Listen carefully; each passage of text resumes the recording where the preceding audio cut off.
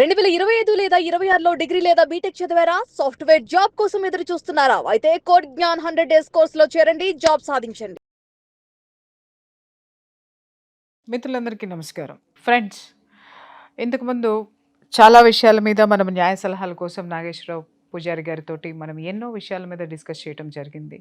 Divorce గురించి చర్చించాము. అలాగే ఆత్మహత్యల గురించి చర్చించాము. అలాగే డివోర్స్ ఇష్యూలో ఎన్ని కష్టాలు ఉన్నాయి, ఆ పిటిషన్ ఎలా వేయాలి, తర్వాత పోలీస్ కేసులు ఏమవుతున్నాయి, అలాగే క్రైమ్ ఇష్యూస్ గురించి, అలాగే ప్రాపర్టీస్ ఇష్యూస్ గురించి ఎన్నిటినో మనం డిస్కస్ చేస్తూనే ఉన్నాం. ఇంకా భవిష్యత్తులో కూడా ఇంకా చాలా డిస్కస్ చేయాల్సినటువంటి చాలా ఉన్నాయి. అయితే నిన్న మొన్న జరిగినటువంటి ఒక సంఘటన మాత్రం నన్ను చాలా బాగా కలిచివేసింది.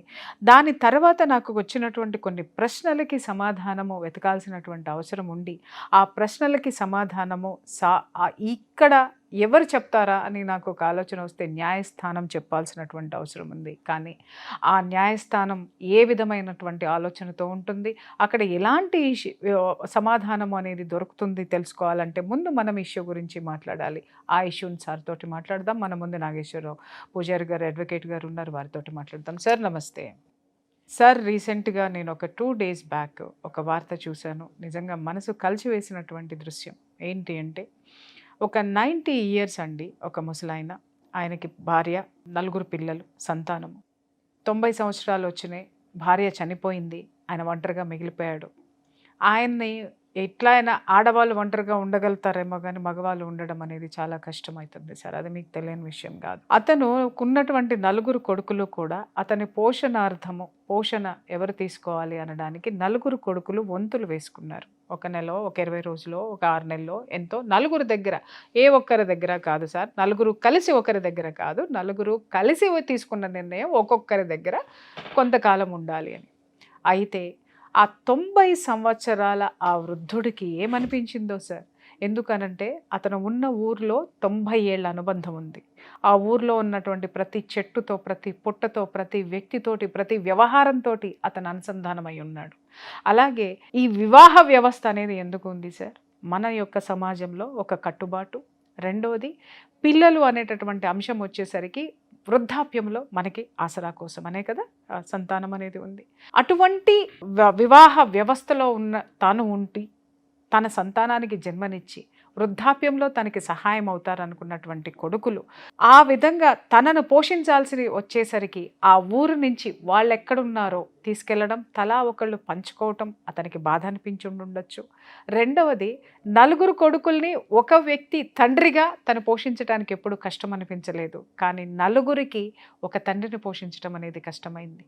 దాంతో అతనికి మనస్తాపం చెంది, నిజంగా మనం ఊహించలేం సార్. ఒక చిన్న స్టవ్ వెలిగించుకుంటేనో, ఇంకా మీ భాషలో చెప్పాలంటే ఒక సిగరెట్ వెలిగించుకునేటప్పుడు అయిపోయిన తర్వాత చేయి కాలితేనే మనం ఒక్కసారి చురుక్కుమని ఇలా అనేసి ఇలా అనుకొని కొంచెం సేపు చాలా బాధపడతాం అది తగ్గేంత. అలాంటిది బ్రతికి ఉన్నప్పుడే తన చితి తాను పేర్చుకొని తను ఆ చితిలో ఆహుతి అయిపోవడం అంటే ఎంత గుండె మంట ఉండి ఉండాలి, ఎంత బాధ ఉండి ఉండాలి సార్. ఇలాంటి ఇష్యూలు చూసినప్పుడు నాకు అనిపిస్తుంది సార్, బిడ్డల్ని పెంచటం మాత్రమే తల్లిదండ్రులకి హక్కా? ఆ తల్లిదండ్రులను పోషించేటటువంటి హక్కు బిడ్డలకి లేదా? బాధ్యత లేదా?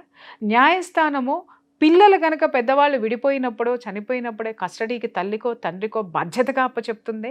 మరి అదే పెద్దరికం వచ్చేసిన తర్వాత వీళ్ళు కూడా పిల్లలే కదా, మరి వీళ్ళ కస్టడీని జాగ్రత్తగా బిడ్డలకు అప్పగించేటటువంటి ఆ యొక్క ఇది న్యాయస్థానంలో లేదా? పర్టికులర్ విషయం గురించి కనుక మాట్లాడితే, జనరల్గా ఒక వ్యక్తి తన కుటుంబం కోసం అతనికి ఉన్న అన్ని రకాలుగా కష్టపడుతూ వాళ్ళ పిల్లల్ని వృద్ధిలోకి తెచ్చి వాళ్ళకు కావాల్సిన అన్ని ఫెసిలిటీస్ ఇచ్చి, తర్వాత ఉన్న ఆస్తులన్నీ కూడా వాళ్ళ పేరు మీద రాసి, అవకాశాన్ని బట్టి వీలుని బట్టి తన జీవితంలో సంపాదించిన ప్రతి పైసా వాళ్ళ కోసం ఖర్చు పెడుతూ ఉంటాడు. ఉన్న తర్వాత ఎప్పుడైతే వృద్ధాప్యానికి వచ్చినప్పుడు ఏమైందంటే కంపల్సరీ తల్లిదండ్రులని వాళ్ళ పిల్లలు చూసుకోవాల్సిన బాధ్యత అనేది సామాజిక పరంగా ఉంటుంది. సో మనకి ఏమవుతుందంటే ఇప్పుడు ఈ కొత్త జనరేషన్లో పిల్లలు అనేది కూడా ఎలా తయారయ్యారంటే ఈ ఆస్తులు పంచుకోవడం వరకు మాత్రమే వాళ్ళ దృష్టి ఉంటుంది, హక్కుల కోసం మాత్రమే. తర్వాత రెస్పాన్సిబిలిటీస్ అనేది తీసుకోవడం లేదు, బాధ్యతలు అనేది తీసుకోవడం లేదు. ఇది మనం ప్రధానంగా మనం గమనించాల్సిన విషయం ఇక్కడ. సో ఇలాంటి వాళ్ళందరి కోసం ఎక్కడైతే ఒక ఏజ్డ్ పర్సన్స్, రిటైర్డ్ పర్సన్స్ ముసలి వాళ్ళు లేదా ఇంకా సంపాదన శక్తి లేని పెద్దల కోసం ఏం చేసిందంటే central government senior citizens act అని ఒకటి తెచ్చింది.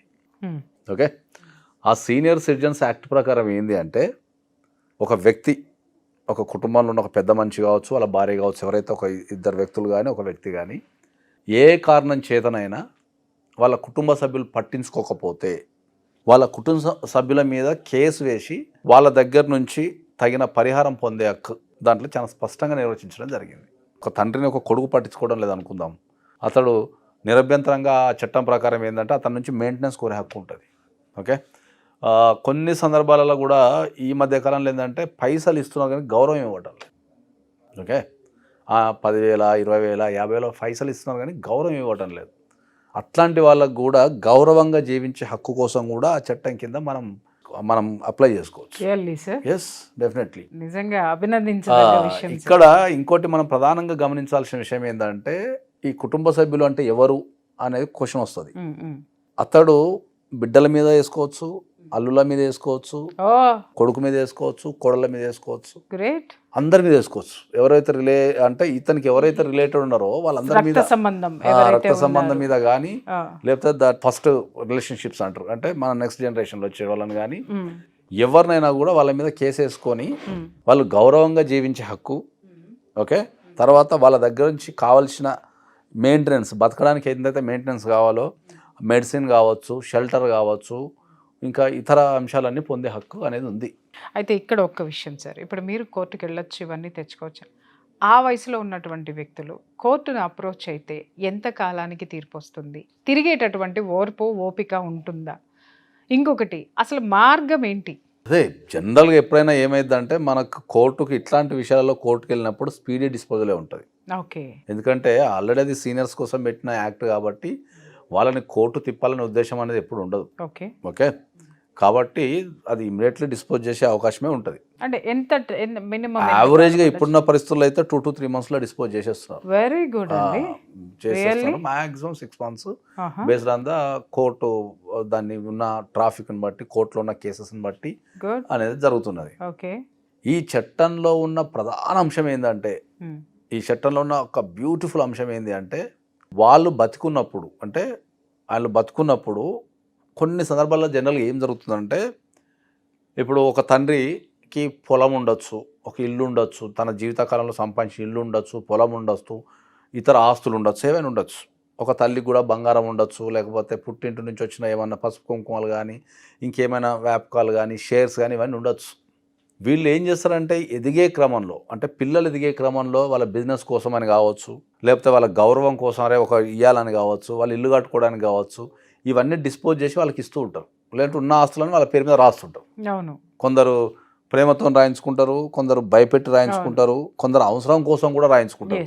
నేను పలానా బిజినెస్ చేయాలంటే నేను లోన్ తీసుకోవాలి కాబట్టి నాకు ఆ ఆస్తి నా పేరు మీద రాయానో, లేకపోతే ఇది నా పేరు మీద రాయానో, నాకు ఇంత ఇవ్వనో అంత ఇవ్వని చెప్పి వీళ్ళు జీవితాంతం కష్టపడ్డ సొమ్ముని వీళ్ళు తీసుకోవడం జరుగుతుంది.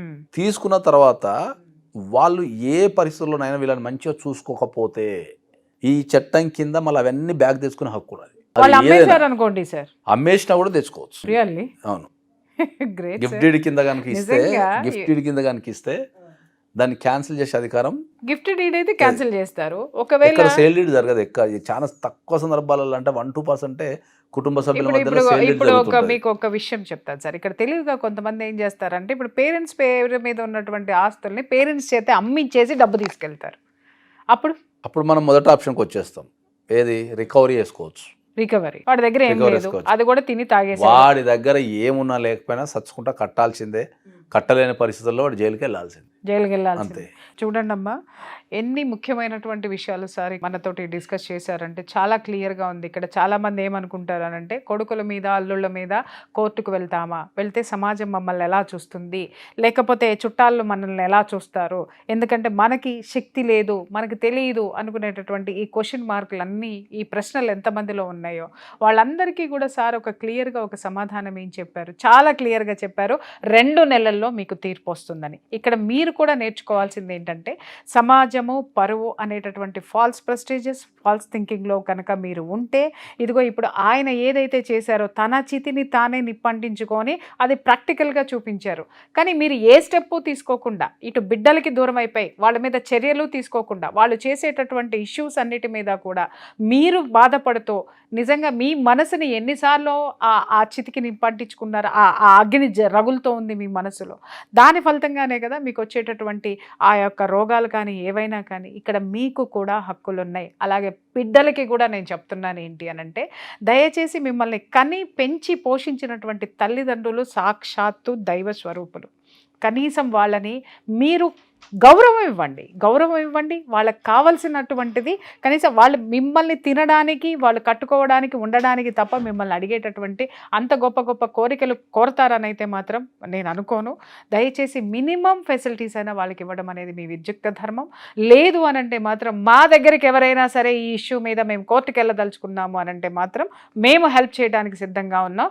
కాబట్టి పిల్లలు, కొడుకులు, కోడళ్ళు, అల్లుళ్ళు జాగ్రత్తగా ఉండి మీ యొక్క పేరెంట్స్ని జాగ్రత్తగా చూసుకోవటం అనేది చేయండి. Thank you sir, thank you so much.